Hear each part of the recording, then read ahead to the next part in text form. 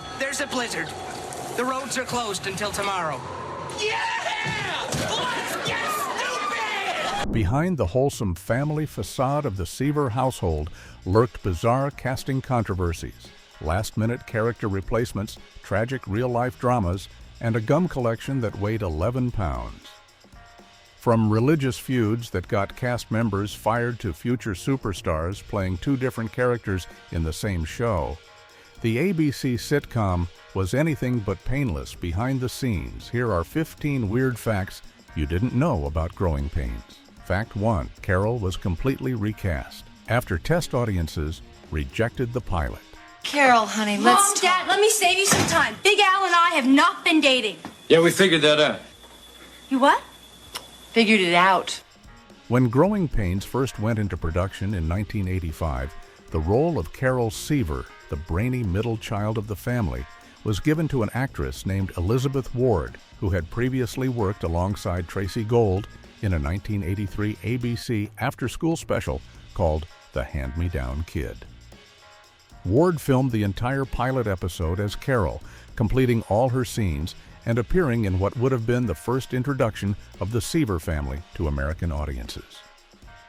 However, before the show could air on television, producers decided to screen the pilot in front of test audiences to gauge their reactions, and the feedback they received about Ward's performance was not what they had hoped for. The test audiences simply didn't connect with her portrayal of Carol, finding that she wasn't quite right for the role that would become such a central part of the show's dynamic. What makes this situation even more interesting is that Tracy Gold had actually auditioned for the part of Carol during the initial casting process, but the producers had passed her over in favor of Ward, meaning Gold had already been rejected once before. After the disappointing test audience results came back, the producers reached out to Gold again and asked if she would be willing to return for another audition, essentially giving her a second chance at the role she had originally wanted. Gold was understandably hesitant at first, telling them that they had already seen her and decided against her, but she ultimately agreed to come back. Her second audition went much better, and the producers made the decision to replace Ward with Gold, which meant they had to reshoot every single one of Carol's scenes from the pilot episode before the show could premiere on ABC, giving viewers the Carol Seaver that would become beloved throughout the show's 7-season run. Fact 2. The cast maintained an 11-pound chewing gum blob. When you put it that way, it sounds silly, but I had Officer, it's that alarm. It's driving my husband out of his mind. A short trip, I'm sure.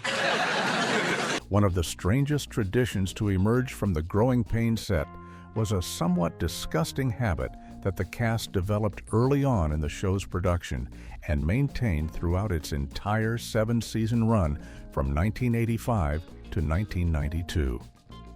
Alan Thicke, who played the family patriarch Jason Seaver, later revealed in an interview with ABC that the cast members had created what can only be described as a communal chewing gum collection that grew larger and larger with each passing episode.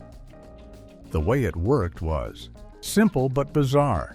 Whenever any of the actors needed to get rid of their chewing gum before filming a scene, instead of throwing it away in a trash can like normal people would do, they would add it to an ever-growing wad of used gum that had been started by someone on the set at some point during the show's early days. Thicke explained that as cast members made their way onto the scene to begin filming, they would stick their used gum onto this continuously expanding blob, which became a sort of unofficial monument to the show's longevity and the close-knit nature of the cast.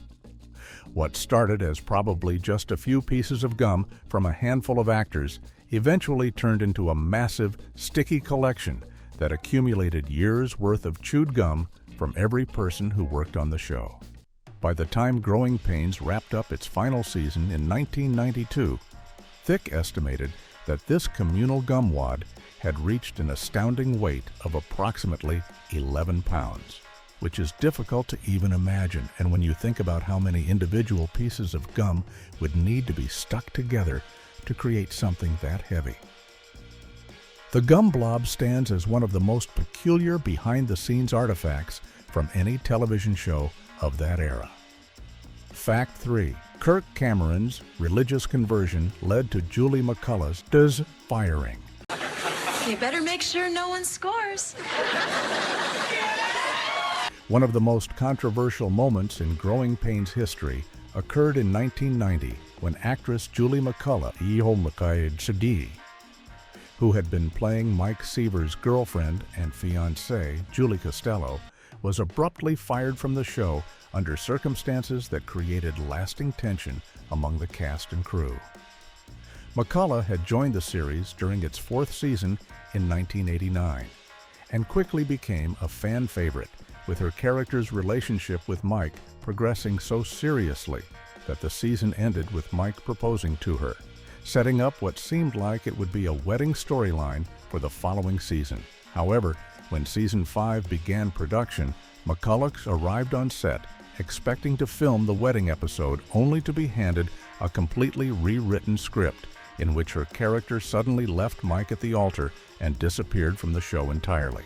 The reason for her sudden dismissal, according to multiple reports and McCullough herself, had to do with Kirk Cameron's conversion to evangelical Christianity, which had happened a few years earlier and was beginning to affect his behavior on set in significant ways.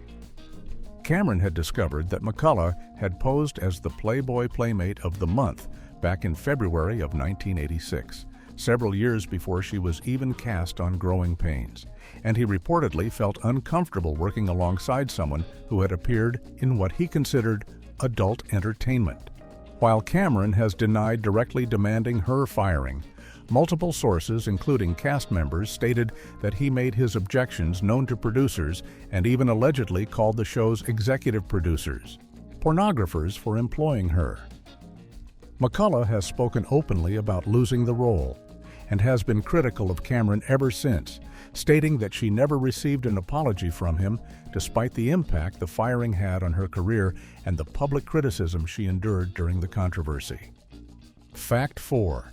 Leonardo DiCaprio was cast to replace Kirk Cameron as the teen heartthrob. By the time Growing Pains entered its 7th and final season in 1991, Kirk Cameron had aged out of his role as the charming teenage troublemaker that had made him a massive teen idol in the mid-1980s, and the show's producers were looking for a way to recapture that same appeal with younger audiences. Their solution was to bring in a then unknown 16-year-old actor named Leonardo DiCaprio to play Luke Brower, a homeless teenager who Mike Seaver discovers living secretly in a closet at the high school where Mike has started working as a substitute teacher. The casting of DiCaprio was a calculated decision by the network and producers, who were hoping that his youthful good looks and acting talent would attract teenage female viewers in much the same way that Cameron had done during the show's earlier seasons when he was at the height of his popularity. DiCaprio joined the cast as a series regular and appeared in 23 episodes throughout the final season, with his character being taken in by the Seaver family after his difficult background was revealed. While the show had already been struggling with declining ratings by this point and was ultimately canceled at the end of that season, DiCaprio's performance earned him a Young Artist Award nomination for Best Young Actor co-starring in a television series, and the role served as an important stepping stone in his career. Interestingly, Jeremy Miller, who played the youngest Seaver brother Ben, later admitted in an interview with Oprah that he felt some resentment about DiCaprio being brought onto the show because Miller had grown up over the course of the series and felt he should have been given more prominent storylines instead of having a new character introduced to fill the teenage heartthrob role. Fact 5. Brad Pitt played 2 different villainous characters on the show. I hope she dismounts him before he drives us home. Next time, whoever has the money pays. Before Brad Pitt became one of Hollywood's biggest movie stars, he was a struggling young actor, taking whatever television guest roles he could get. And Growing Pains happened to cast him not just once, but twice in 2 completely separate appearances during the show's middle seasons. His first appearance came in November of 1987 during the show's 3rd season in an episode titled Who's Zoomin' Who, where he played a character named Jeff, a new kid who had just moved to the area and lived a few blocks away from the Seaver household. In this episode, Jeff manipulates his way into Carol Seaver's life by pretending to be interested in her romantically. But it turns out he was only using her to get close to her boyfriend Bobby, essentially making him a deceitful character who takes advantage of Carol's feelings for his own purposes. Pitt's second appearance on the show came about a year later in February of 1989 during season 4 in an episode called Feet of Clay. But this time he played a completely different character named Jonathan Keith, who was a rock star that Ben Seaver idolized and looked up to as a hero. In this storyline, Maggie Seaver manages to arrange for Ben to meet Jonathan backstage at one of his concerts in New York, which should have been an exciting moment for the young fan, but instead Ben ends up witnessing Jonathan cheating on his wife and learns a harsh lesson about not putting celebrities on pedestals.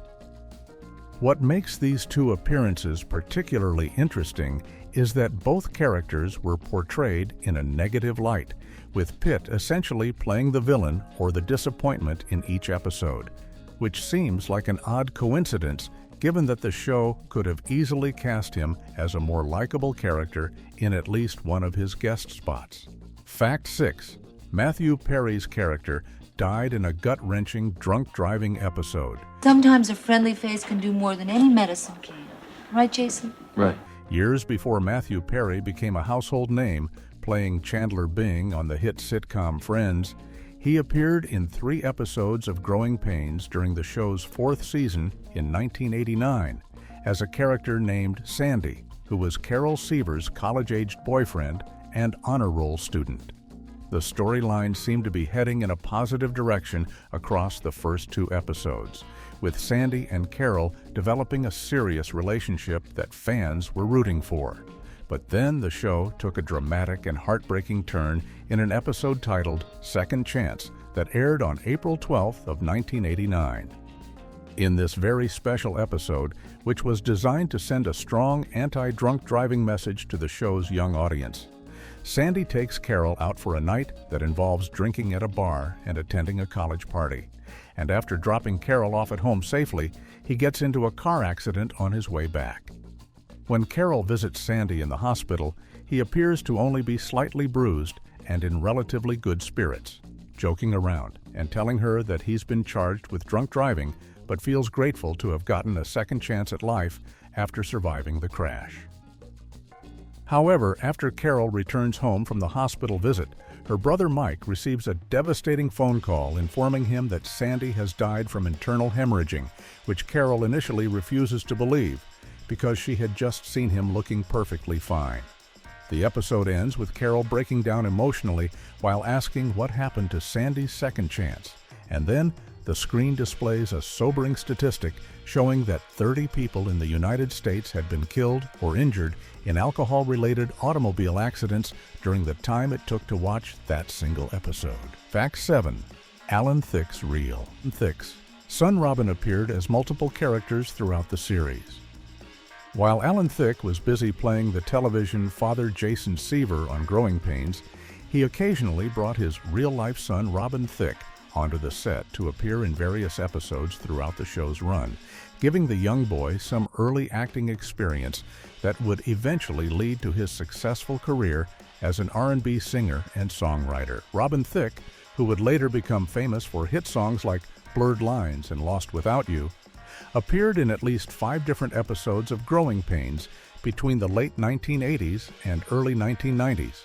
But rather than playing a single recurring character, he was cast as a different person in each appearance, essentially making him a collection of random background characters in small roles scattered throughout the series. Some of Robin's appearances included playing a boy at a party in an episode called Ben's First Kiss, a student sitting in a classroom during Mom of the Year, and a fake son in an episode titled The New Deal, Part 2, showing the variety of minor roles he took on over the years. One of his more memorable appearances came in a 1991 episode called Ben's Rap Group, where Robin actually got to showcase his musical talents by playing a singer in a hip-hop group that Ben Seaver was trying to manage, which turned out to be somewhat prophetic, given that Robin would go on to have a legitimate music career as an adult. Alan Thicke later mentioned in interviews that if viewers watched closely enough, they could spot his son Robin participating as an extra in classroom scenes or at parties that Mike Seaver was throwing, making it a fun Easter egg for fans who knew to look for the future star hiding in plain sight throughout the show's 7 seasons. Fact 8. The show was massively popular in China. No, see, I just don't date guys who aren't allowed to have girls in their rooms. I have a reputation. Despite limited access, one of the most surprising aspects of Growing Pains' cultural impact came from halfway around the world in China, where the show developed an enormous and passionate following that nobody involved with the production could have anticipated when it first aired in the United States. Jeremy Miller, who played the youngest Seaver brother Ben throughout the show's 7-season run, revealed in a 2006 interview with Larry King that Growing Pains had achieved a level of popularity in China that far exceeded anything the show experienced in America or anywhere else in the world. The reason for this unexpected phenomenon had to do with China's strict controls on foreign media during the 1980s, which meant that Chinese audiences had extremely limited access to American television programming and could only watch whatever shows the government approved for broadcast. According to Miller, Growing Pains was one of only 2 American television shows that were allowed to air in China during that entire decade, which meant that Chinese viewers who wanted to watch American entertainment had almost no other options available to them besides this family sitcom about the Seavers living on Long Island. Because of this unique situation, the show developed what Miller described as a large and devoted following in China, with viewers absolutely adoring the program and making it a cultural touchstone in a way that would have been impossible if they had access to the full range of American television that audiences in other countries could watch. Miller explained that he personally has a very large following in China that is bigger than he ever could have expected anywhere else. And he even traveled to Shanghai years later to film a movie called Milk and Fashion, where he got to experience firsthand just how much Chinese fans still remembered and loved the show decades after it originally aired. Fact 9. The original creator was fired midway through season 1. Despite creating the entire concept for Growing Pains and getting the show off the ground, when it premiered in September of 1985, Neil Marlins found himself in an incredibly awkward position just a few months into the show's first season when he and most of the original writing and producing staff were suddenly let go from the series they had worked so hard to develop. Marlins had developed Growing Pains alongside executive producer Mike Sullivan, writing the pilot and establishing the core concept of a psychiatrist father who moves his practice into the family home so he can take care of the kids while his journalist wife returns to work. But creative differences or network dissatisfaction with the show's early direction led to a major shakeup before the first season could even finish airing. What made this situation even more dramatic was that Marlin's wife, Carol Black, who had been working on the show as well, was also let go during this mass firing, despite the fact that she had quickly risen through the ranks from story editor all the way up to co-executive producer during just the first half of the season, showing how rapidly things had been moving before everything fell apart. The network brought in 2 new showrunners to replace Marlins and take over the creative direction of Growing Pains, choosing Steve Marshall and Dan Gunselman, who were a writing team that had previously met and formed their partnership while working together on the classic sitcom WKRP in Cincinnati. These 2 men would go on to guide Growing Pains through most of its successful run, shaping the show into the version that audiences remember today, even though they had nothing to do with creating it in the first place and only came on board after the original creator had been fired. Fact 10. The theme song had 9 different versions over 7 seasons. The opening theme song for Growing Pains, titled As Long as We Got Each Other, went through an unusually high number of variations during the show's 7-season run from 1985 to 1992, with producers constantly experimenting with different vocal arrangements and performers to keep the opening credits fresh and interesting for viewers. The song itself was written by composer Steve Dorff, with lyrics by John Bettis, who was also known for writing hits for artists like The Carpenters and Michael Jackson. And over the course of the series, a total of 9 different versions of this theme song were used at various points, making it one of the most frequently changed opening themes in television history. The first season featured country and pop singer B.J. Thomas, who was famous for his hit song Raindrops Keep Falling on My Head, performing the theme entirely by himself as a solo track. Starting in season 2, the show added Jennifer Warnes, who was well known for her duets like Up Where We Belong with Joe Cocker, to sing alongside Thomas in a duet version that would be used for seasons 2, 3, 5, and part of season 7. Season 4 brought in the legendary British soul singer Dusty Springfield to replace Warnes as Thomas's duet partner for that year. And this version was even released as a full-length single in 1988 that received radio airplay and peaked at number 7 on the Billboard Adult Contemporary chart. Season 6 switched things up entirely by using an a cappella version sung by a group of studio singers instead of the familiar Thomas vocals, though this experimental arrangement was eventually abandoned and the show returned to the Thomas and Warnes duet for most of season 7. Additionally, the show created special one-time versions for specific episodes, including a Halloween-themed variation used in a 2-part Halloween episode in 1990. Fact 11. The show spawned a spin-off about a gym teacher with 10 kids. Thank you. Who are you? Oh, yeah, I'm Julie Costello. Dr. Seaver hired me to help out with the baby and everything. Oh, he didn't mention anything to me on the phone. One of the more unusual aspects of Growing Pains' success was that it managed to spawn a spin-off series based on a character who had only appeared in approximately 5 episodes as a minor recurring role before getting his own show. Coach Graham Lubbock, played by actor Bill Kirchenbauer, was the gym teacher at Dewey High School, where Mike and Carol Seaver attended classes, and he had shown up occasionally throughout seasons 2 and 3 to provide comic relief and interact with the Seaver kids in various school-related storylines. Despite his limited screen time on Growing Pains, the character apparently resonated enough with audiences and network executives that they decided to build an entire spin-off series around him and his large Catholic family.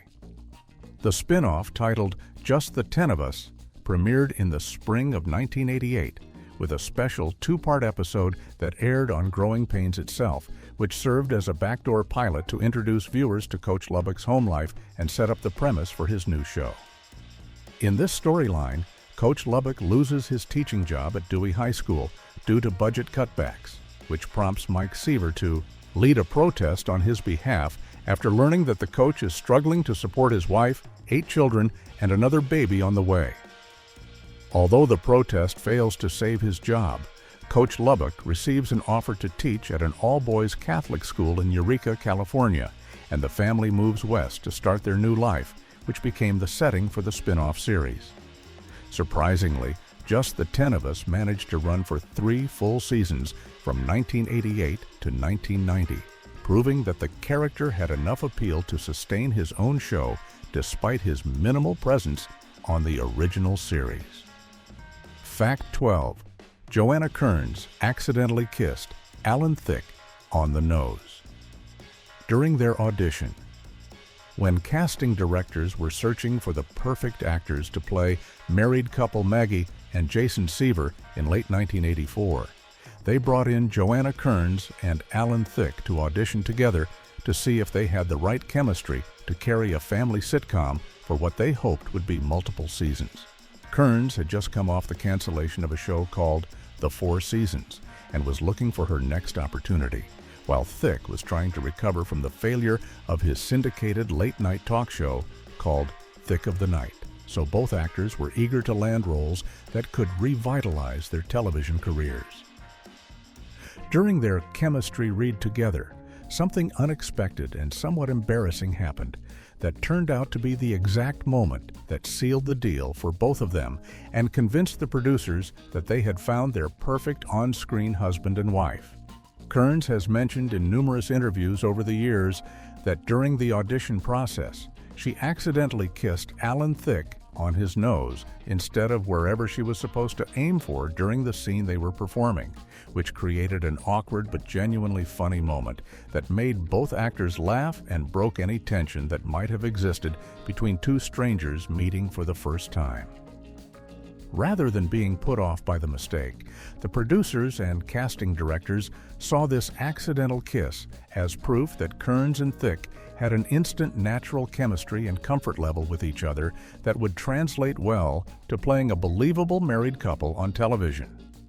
The two actors were offered the roles of Maggie and Jason Seaver shortly after that audition, and they went on to become close friends in real life throughout the show's 7-season run, bonding over the fact that they were both recently divorced single parents dealing with similar life circumstances.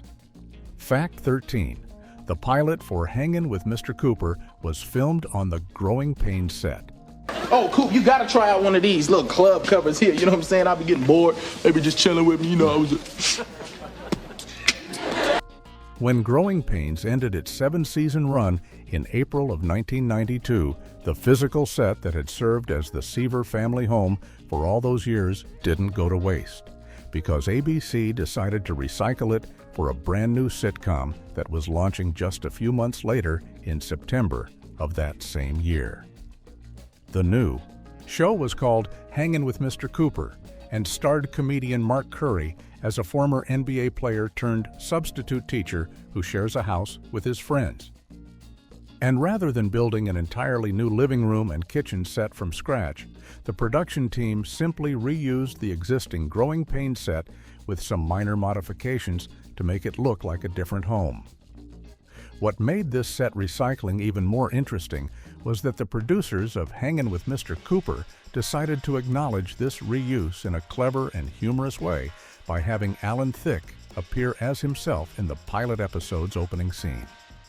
In this cameo, which appeared in the pre-credits teaser before the show's main story began, Thicke walks onto the set as his real-life self and encounters Mark Curry sitting on the couch, leading to a brief conversation between the two men where they joke about the fact that this used to be the Seaver family's house, and now it belongs to Curry's character instead.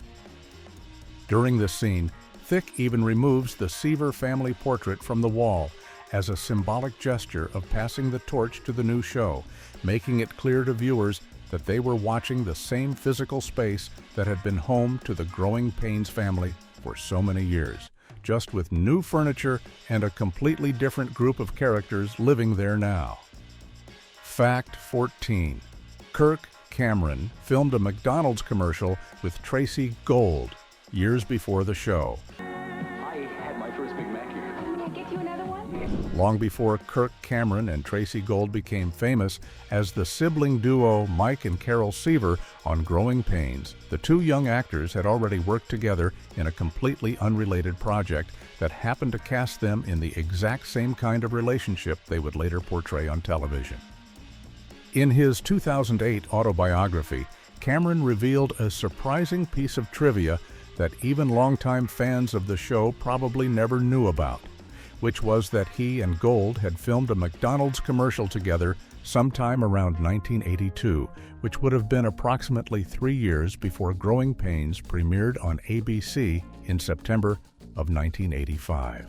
What makes this early collaboration so remarkable is that the McDonald's commercial also featured Cameron and Gold playing a brother and sister pair, meaning they had already established that specific dynamic in their work together before anyone involved with Growing Pains ever thought to cast them as television siblings. At the time they shot the McDonald's commercial, both actors were still children working their way through the competitive world of commercial auditions and small acting jobs, trying to build their resumes and get noticed by casting directors who might give them bigger opportunities down the line.